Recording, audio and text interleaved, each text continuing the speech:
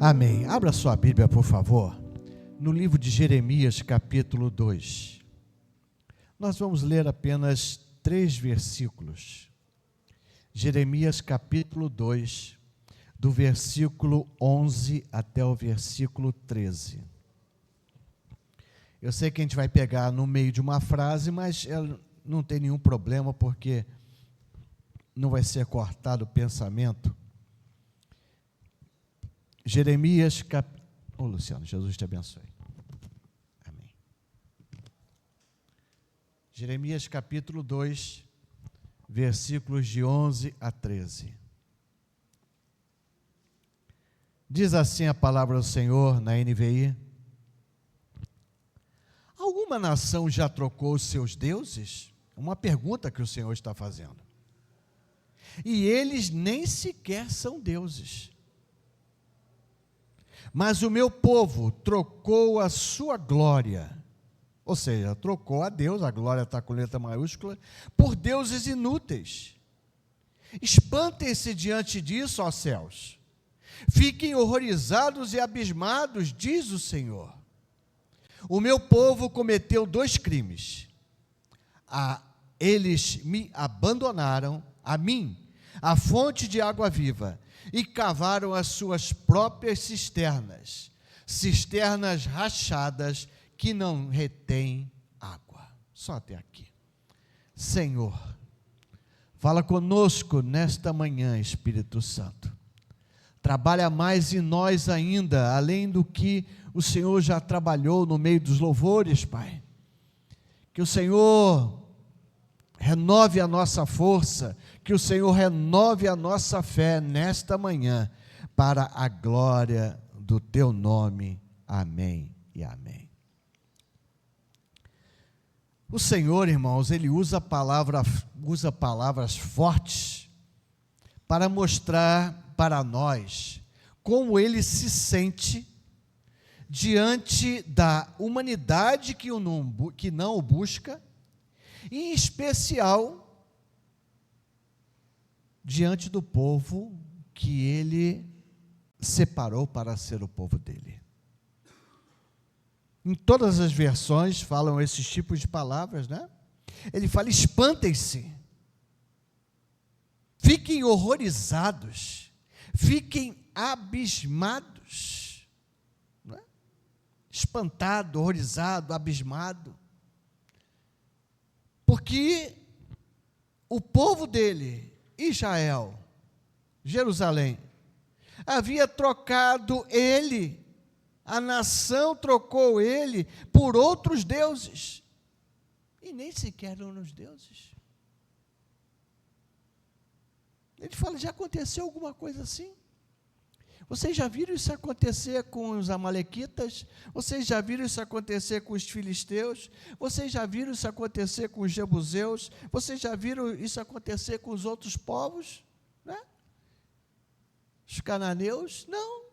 Mas vocês me abandonaram. Eu estou horrorizado.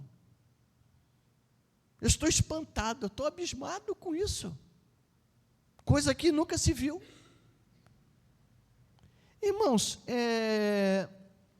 uma pergunta para nós, sabe? Antes de nós continuarmos a mensagem, né? A gente fala, e é verdade, né? Crê no Senhor Jesus, será salvo, né? Você é salvo, né? Se você confessar a Ele como seu Senhor e seu Salvador, você é salvo. Agora fica uma pergunta: salvo do quê? Hein? Já parou para pensar nisso? Salvo de quê? Somos salvos. Amém. Repete isso, claro, somos salvos. Ah, pastor, a gente vai para o céu, sou salvo, eu vou para o céu. Amém. Mas eu sou salvo do quê? Eu tenho que ser salvo de alguma coisa. Não é? Sou salvo do quê, irmãos? Que somos salvos. Né? Sou salvo. Amém. Nós somos salvos, irmãos, de Deus. Por mais que isso pareça absurdo, né? Conforme eu preguei semana passada, né? Nós somos salvos do dia da vingança do nosso Deus. Nós somos salvos da ira de Deus. Porque apesar, né, dos pregadores bonitinhos aí, né, sorrindo de orelha a orelha, que Deus é maravilhoso, realmente Deus é maravilhoso. Mas Deus, esse é um dos sentimentos de Deus que Ele coloca aqui. Eu falei, eu estou horrorizado, eu estou espantado. Eu estou espantado. Então, irmãos, na realidade, nós somos salvos de Deus. Eu espero, como eu falei antes, que esse atleta, não é, realmente hoje ele tenha, né, já ontem, né, anteontem, sei lá, ele tenha sido salvo da ira de Deus. Ele tenha sido salvo de Deus. E o Senhor fala duas coisas aqui, irmãos. Ele fala assim que o meu povo cometeu 2 crimes. Olha só, que palavra forte. 2 crimes. Se foi crime, merece julgamento. Não é? E o primeiro crime está aqui, ele coloca aqui.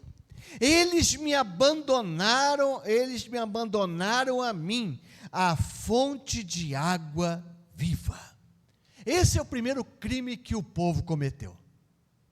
Abandonar a fonte de água viva, que é o nosso Senhor, que é Jesus para nós, que é uma fonte a jorrar para a nossa vida, irmãos.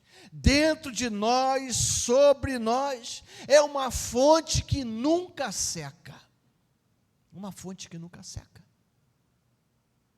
Mas o povo de Deus, não é? Agora trazendo para nós, não é? Eles abandonaram a fonte de água viva. E o Senhor fala que isso é um crime. Abandonar a fonte de água viva. No meio do deserto, irmãos. Irmãos, se não temos essa fonte no meio do deserto, se não temos esse oásis no meio do deserto, nós vamos morrer. E esse mundo é um deserto, irmãos. Esse mundo é um deserto. Se nós não tivermos essa fonte dentro de nós, nós vamos morrer. Essa fonte, irmãos, ela traz consigo as promessas de Deus para a sua vida, para a minha vida. Promessas de Deus para todos os dias da nossa vida, irmãos. Para todos os dias da nossa vida. Promessas que nunca se acabam. Promessas que nunca terminam. Promessas que vão de geração em geração. E eu peguei algumas, 1, 2, 3, 4, 5, só. Para a gente não ficar aqui, não é? Porque se a gente for falar das promessas de Deus, a gente vai ficar aqui anos e anos e anos e anos e anos falando de promessas de Deus, todo domingo. Cada domingo falando de uma promessa nova, até Jesus voltar. Mas eu peguei só algumas promessas de Deus dessa fonte de água limpa, de água da vida, que jorra para nós. O Senhor é o meu pastor. O Senhor é o nosso pastor, irmãos. Essa é uma promessa de Deus para nós. De nada teremos falta. De nada teremos falta. De nada sentiremos falta. Ou nada nos faltará, como cantamos ainda há pouco. Porque esse pastor, ele cuida de nós, irmãos, todos os dias da nossa vida. Todos os dias da nossa vida, Jesus, o Espírito Santo de Deus está cuidando de você, está cuidando de mim, irmãos.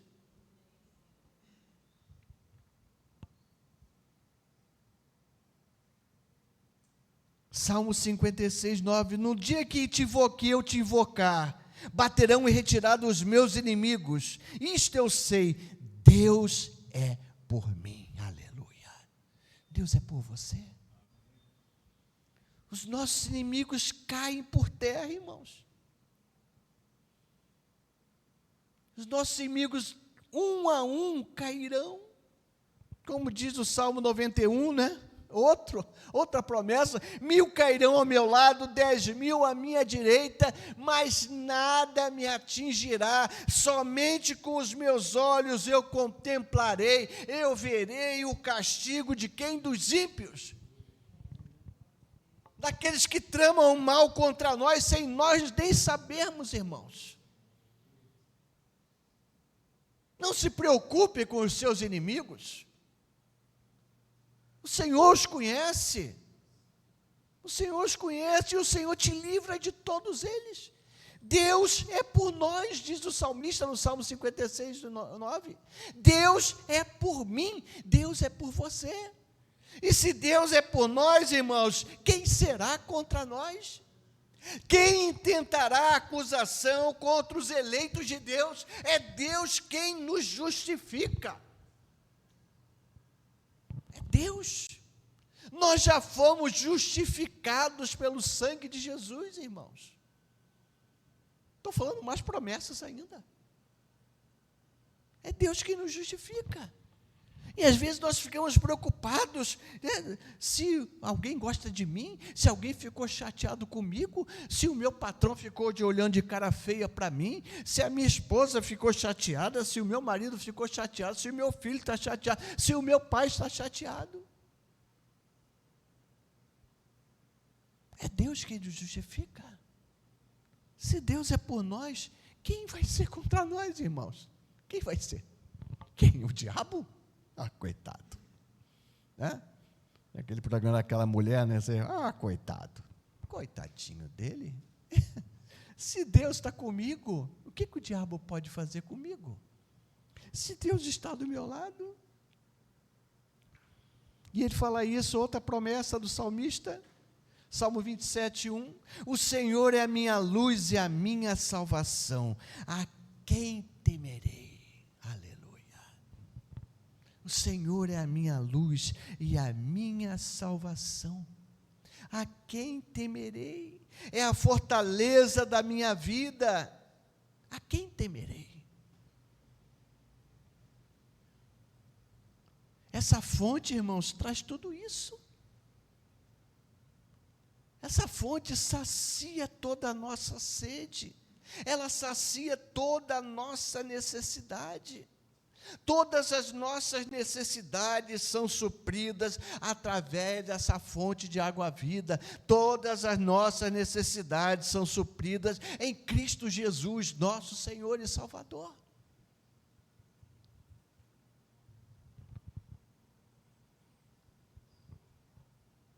Salmo 145, 18. Perto está o Senhor de todos os que o invocam, de todos os que o invocam em verdade. O Senhor está perto de nós. Ele está ao nosso lado. E esse povo, irmãos, abandonou a fonte de água viva. O Senhor está horrorizado, o Senhor está abismado, o Senhor está espantado. Como pode? Vocês estão cometendo um crime. Vocês vão pagar por esse crime. Porque vocês estão me abandonando a fonte de água viva.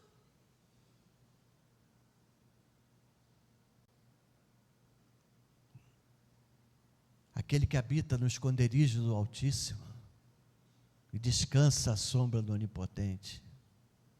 Tem até um hino que a gente canta aqui assim, né? Aquele que habita no esconderijo do Altíssimo, à sombra do Senhor, onipotente descansará. Direi do Senhor, Ele é o meu. Irmãos, essa é a fonte. É por isso que o povo de Deus, que tem essa fonte, é um povo alegre. Mesmo nas circunstâncias difíceis, é um povo que tem paz, porque com tudo isso vem a paz, vem a alegria, vem tudo nessa fonte, irmãos. Não é de nós, não é de nós, é do alto, irmãos. Vem do alto para nós e flui através de nós. e flui através de nós. Você chega cansado aqui na igreja, você chega chateado, você chega angustiado, e depois de um período de louvor como esse nós tivemos de manhã, nós somos renovados. Por quê? Porque a fonte de água viva, ela jorra dentro de nós, jorra através de nós, leva toda a porcaria para longe. Leva tudo que não presta para longe. E nós somos renovados, irmãos. Aleluia. O meu povo cometeu 2 crimes. Eles me abandonaram, a mim, a fonte de água viva. Mas tem outro crime. São 2 crimes que o Senhor fala. O segundo crime ele fala aqui: e cavaram as suas próprias cisternas, cisternas rachadas que não retêm água. Além de nós abandonarmos a fonte de água, nós ainda nos achamos muito inteligentes, nós ainda nos achamos muito espertos, nós ainda nos achamos que nós não precisamos de Deus, que nós confiamos no nosso braço forte, que nós confiamos na nossa sabedoria, que nós confiamos na nossa esperteza, que nós podemos ficar sem o Senhor, porque a gente vai cavar cisternas, e vai chover, e a água vai ficar represada nessa cisterna, e a gente não precisa mais de nenhuma fonte. A gente não precisa mais de Deus. A gente não precisa mais obedecer a Deus. Cavamos a nossa própria cisterna, querendo reter águas. Querendo reter águas. Nós decidimos, irmãos, o que nós vamos obedecer da palavra de Deus ou o que nós não vamos obedecer. Nós decidimos, irmãos, o que da Bíblia é para ser obedecido nos dias de hoje, ou o que não é mais para ser obedecido, porque é coisa da lei, é coisa do passado, não precisa mais ser hoje. Nós tomamos as decisões da nossa vida sem ao menos consultar o nosso Salvador. Sem ao menos pararmos e falar: Senhor, eu tenho essa decisão para tomar, é de Deus ou não é de Deus? E como eu vou pregar hoje à noite, e esperar na presença do Senhor. Confiamos na nossa força, irmãos. Confiamos nas nossas estratégias.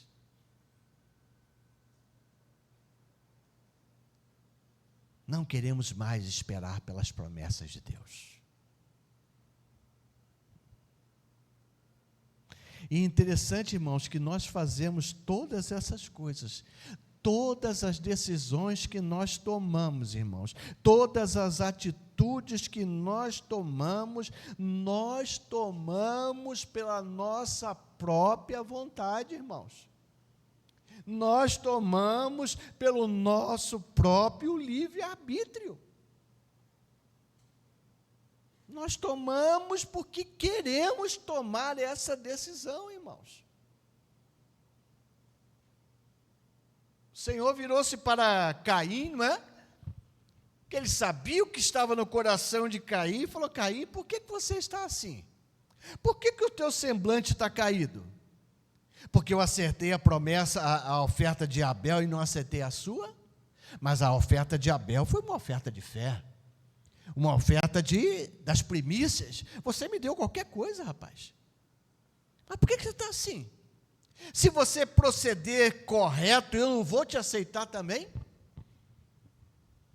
E o Senhor falou: olha só, Caim, tem um demônio na beira da tua porta.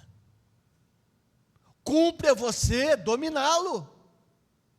Cumpre a você, essa é a palavra do original do hebraico, tá? Cumpre a você dominá-lo. É decisão sua. É decisão sua. E o que Caim faz? Ele toma a sua decisão. Ele mata o seu irmão. Ele mata o seu irmão.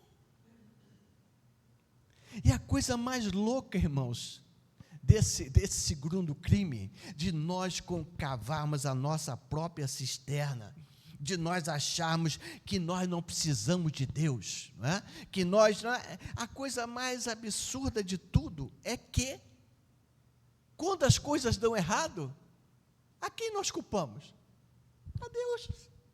Não é uma coisa maluca? Deu errado, a culpa é de Deus, a culpa é do pastor, a culpa é da igreja. É assim que a gente age.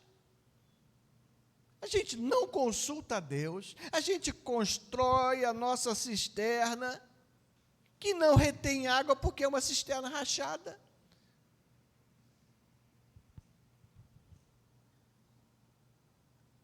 E aí, quando dá errado, é uma coisa louca, nós culpamos a Deus. Não adianta ir à igreja, não. Não adianta, não, é besteira. Isso é bobagem. Isso, né? Olha só o que aconteceu comigo. Né? E ainda perguntamos, né? A gente, às vezes, é cara de pau, né? A gente, às vezes, é cara de pau. Senhor, mas por que isso está acontecendo comigo? Não foi lá, não? É a história do Antigo Testamento, irmão, e a história de hoje, do Novo e da igreja de hoje, é a mesma história sempre. Né? Mas, Senhor, por que está acontecendo isso comigo? Eu não fiz nada, não fiz não. O Senhor falou, olha, vocês estão me roubando. Mas de que nós estamos te roubando, Senhor? É assim. A gente vai, Senhor, mas por que está acontecendo? Porque nós caímos debaixo dos babilônios, Senhor, e o Senhor está alertando, o Senhor está falando, o Senhor está dizendo, olha, mas a gente toma as nossas decisões, e quando as nossas decisões certamente serão decisões erradas, a gente vai culpar Deus, vai culpar o pastor, vai culpar o amigo, vai culpar a amiga. Aleluia, irmãos. 2 crimes: abandonar o Senhor, a fonte de água viva, a fonte das promessas, a fonte da alegria, a fonte da paz, a fonte da tranquilidade, a fonte da esperança, e fazemos a nossa própria, né? O Senhor falou, olha, espalhe-se por toda a terra, povoem a terra. Aí o que o homem faz? Nós vamos construir uma torre e chegar até o céu, seremos iguais a Deus. O homem quer ser igual a Deus, irmãos. O homem quer ser igual a Deus. Ele quer temar, né? Ele assim, é interessante isso, irmãos, né? Ele aceita influenciadores, mas quando chega na palavra de Deus, há uma coisa tremenda, não é? A pessoa fala uma bobagem na internet e todo mundo, mas quando chega na palavra de Deus, a consequência, irmão, desses 2 crimes é que quando a cisterna está cheia, porque a gente cava a cisterna, né? Cavou lá o buraco gigante, uma piscina, né? Aí choveu, deu aquela chuvarada, né? Aleluia! A chuva temporã, a chuva serôdia caiu, encheu a piscina. Aí a gente está feliz da vida. Tá vendo como eu sou bom? Eu sabia que eu não precisava disso. Eu sabia, olha só. Cara, a já está cheinha. Tenho água agora para mais um ano, até o período da outra chuva. Só que essa cisterna, ela está rachada. Ela está rachada. E daqui a pouco, quando a gente dá por ela, já não tem mais água. Já não tem mais água. A água foi toda embora. A alegria foi toda embora. A paz foi toda embora. A esperança foi toda embora. E o que fica? A sequidão. O que fica? O deserto. O que fica? A tristeza. A falta de paz, a falta de alegria. Porque agora eu já abandonei o meu Senhor. Eu já abandonei a fonte. Eu já abandonei a fonte. E agora? Vou depender de quem? Porque nos nossos momentos de deserto, irmãos, nós temos o Senhor. Você pode pegar trocentas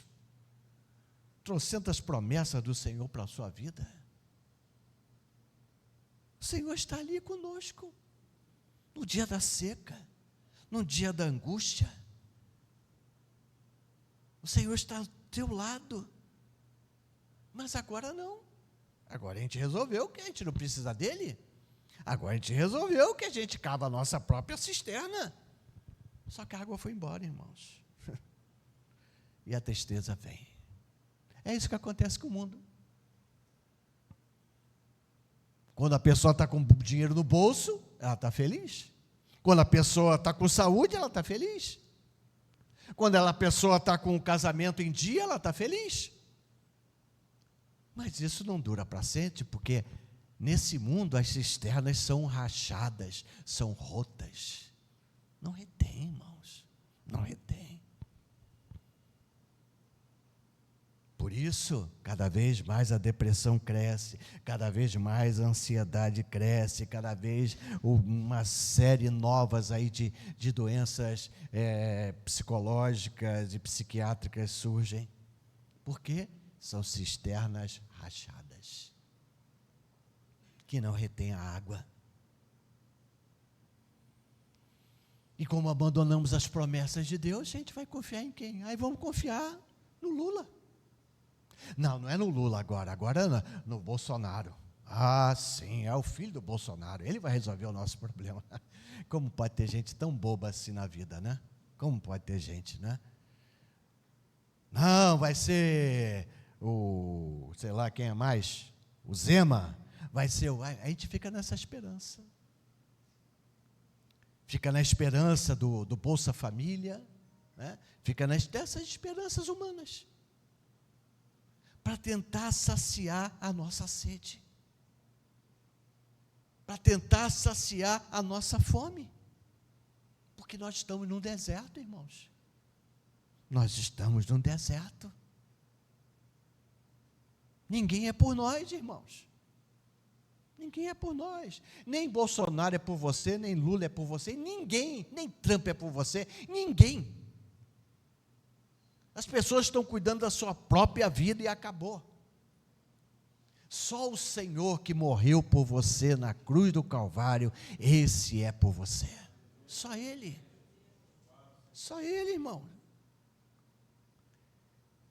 Então, irmãos, fiquemos o mais junto possível dessa fonte de água que não para de jorrar. E essa fonte de água tem um nome: Jesus. Jesus. É ela que nos sacia, irmãos. O deserto vai continuar do nosso lado, porque a gente está no deserto. Mas ali é o nosso oásis, né? E eu fiquei pensando em oásis, irmão. Oásis é uma coisa de Deus, né, irmão? Né? Você vê no meio de um deserto, de areia para tudo quanto é lado, de um sol a 50 graus, tem uma terrinha ali que tem água, tem palmeira, tem grama. Que coisa divina, né, irmãos? Que coisa que Deus colocou, né, para sustentar aquele povo que mora nessas regiões. Né? É assim, irmãos. Nós vivemos no meio de um deserto, de gente má para tudo quanto é lado. Má é pouco. Como eu falei na quarta-feira, irmãos, não é? Como é que acho que é padrasto, eu nem gosto de escutar muito essas coisas, não é? Mas a mãe, eu acho que é padrasto, fazer o que fizeram com uma criança de 50 dias. A gente não pode chamar essa pessoa de má, né? A gente não pode chamar uma pessoa dessa de má. O fuzilamento, para mim, é muito pouco para uma pessoa dessa. Mas É assim que é o ser humano. Meu irmão, se faz isso com uma criança de 50 dias, que ela gerou, e que o outro vê 50 dias, nem 2 meses. O que essa pessoa faz com um adulto? Hã? Já parou para pensar? Esse é o mundo, irmãos. Então, não abandone a tua fonte. Jesus é a sua fonte. Não se estribe na sua própria força, meu irmão, minha irmã. No seu braço forte. Uns confiam em carros, outros confiam em cavalos, mas nós nos gloriamos no Senhor da glória. Dependa dele, só dele e de mais ninguém. De mais ninguém. De mais ninguém, irmãos. E essa fonte que traz todas as promessas de Deus, porque todo dia a gente passa por lutas, não é? Todo dia a gente passa por momentos difíceis, mas essa fonte está dentro de nós. Ela traz as promessas de Deus para a nossa vida. Aleluia. Vamos então louvar ao Senhor, irmãos.